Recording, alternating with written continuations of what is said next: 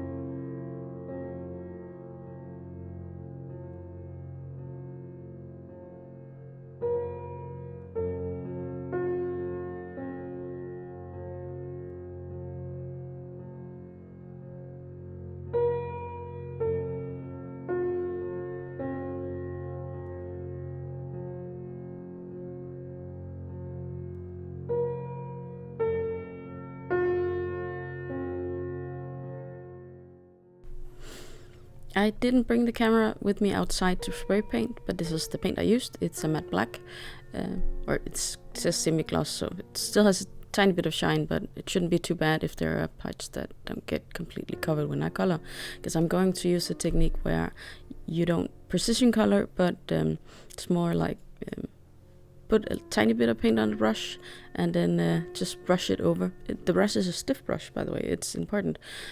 It should only hit the high points, and it shouldn't leave some shadows, especially here in the stone.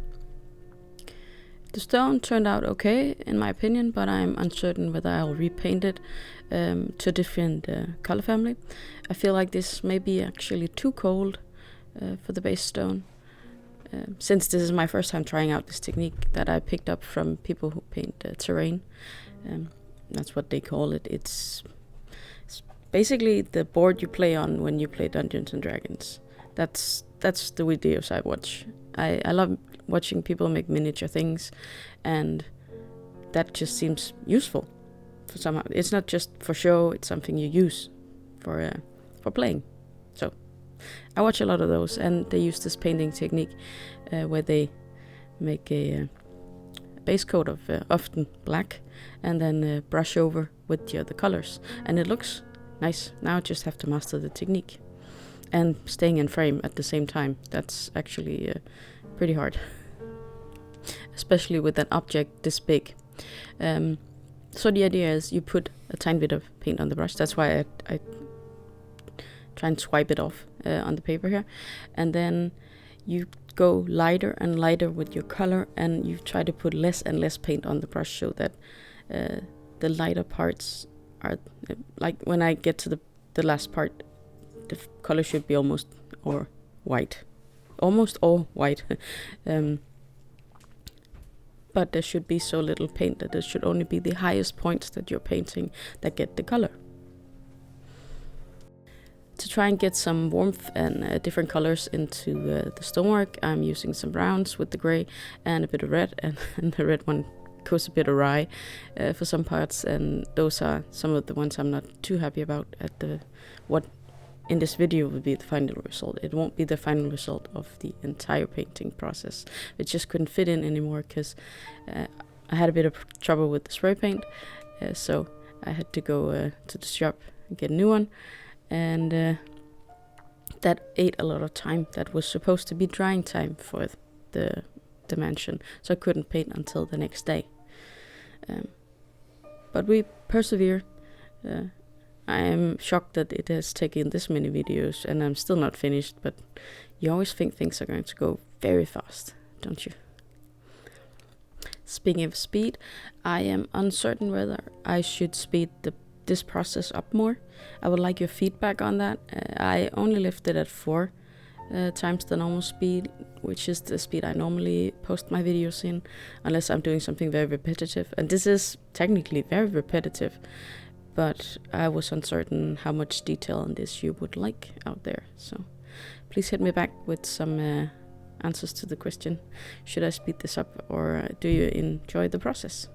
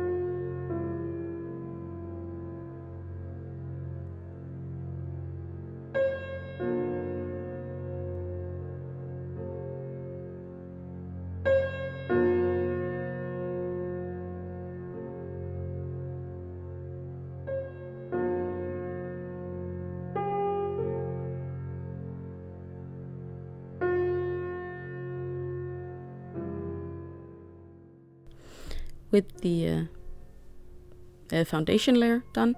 It's time for the brickwork, and I wanted to tint the bricks in different colors. I've seen that is very useful to do to give some life to the piece you're painting. So I mixed up 3 different grays, and I'm going to color in random black bricks. I am going to try and paint these more white, but I wanted some kind of different undertone. Whether this will work, I'm still debating and wondering and hoping, but I didn't get any further than painting all the bricks for this day, unfortunately, so that'll be the next video. The fact that I painted it black actually helped a lot for me to see the house as a whole, because the yellow striped chimneys and different colored parts of the house was just hard to ignore. So, but I really can see the project come together now. I just hope that I can pull off these different colorings. Yeah, but it takes practice, and I am very excited to find out if this is going to work, I have to say.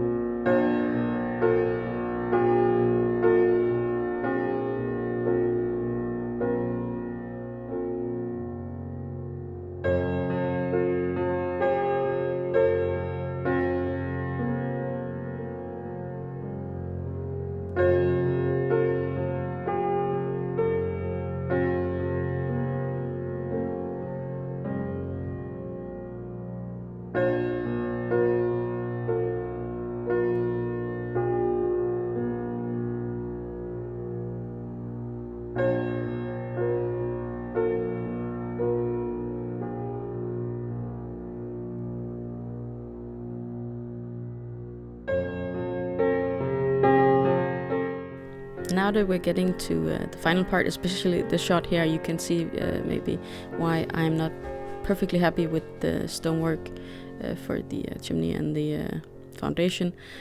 It's too gray compared to the house, but then again, when I'm done painting the bricks, maybe it'll look better. So I'm waiting with painting over the stonework until I'm finished with the bricks, because hopefully it will still work. But that's for another video, and I hope you enjoyed this one. Next week will be a card, so I hope you'll return for that. Until then, I hope you'll be having a good day, evening, or night.